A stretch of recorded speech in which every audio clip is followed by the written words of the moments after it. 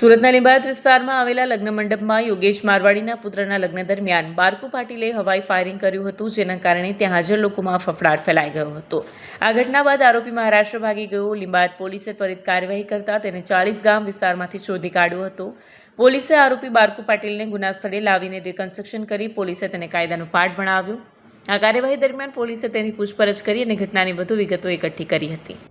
ગત 19/2/2026 ના રોજ સદર જગ્યાએ યોગેશ મારવાડી નાઓના દીકરાના લગ્ન પ્રસંગ હોય, જે અનુસંધાને યોગેશ મારવાડી અને તેમનો મિત્ર અજય ઉર્ફે પિન્ટુ રામસિંહ ગિરાસે નાઓ અહીંયા વાતચીત કરતા હોય તે સમયે સદર આરોપી આવી ગયેલો હોય અને તેમના ભાઈ તેમને એવો આરોપ છે કે સદર મરનાર આરોપીનો ભાઈ છે એનું મર્ડર થયેલું હતું, જે અનુસંધાને અંગત અદાવતમાં તેમણે અજય ઉર્ફે પિન્ટુ ગિરાસે નાઓના ઉપર પોતાના પાસે રહેલ ગેરકાયદેસર કટ્ટાથી ફાયરિંગ કરેલું, જમણા પગમાં ફાયરિંગ કરી અને જે તે વખતે ગુનાવાળી જગ્યાએથી નાસી ગયેલ અને એક આરોપી પકડી પાડેલ. ત્યારબાદ મહેરબાન પોલીસ કમિશનર શ્રી સેક્ટર 1 સાહેબ, ઝોન 2 સાહેબ અને મદદનીશ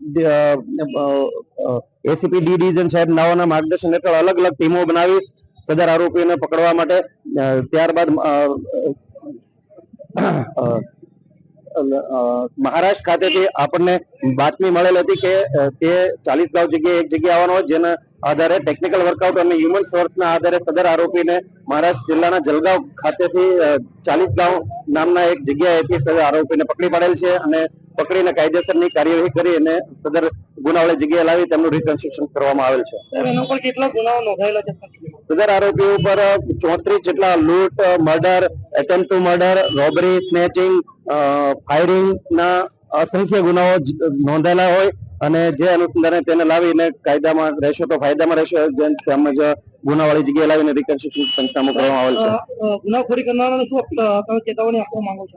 ગુજરાત સરકાર શ્રી તેમજ નાયબ મુખ્યમંત્રી શ્રી તેમજ મહેરબાન પોલીસ સ્ટેશન કમિશનર સાહેબ શ્રી નાઓ તરફથી તમામ આરોપીઓને સૂચના છે કે જો તમે કાયદામાં રહેશો તો ફાયદામાં રહેશો. કોઈ પણ ચમરબંધી હોય કોઈને પણ છોડવામાં આવશે નહીં અને કડકમાં કડક પગલાઓ લેવામાં આવશે.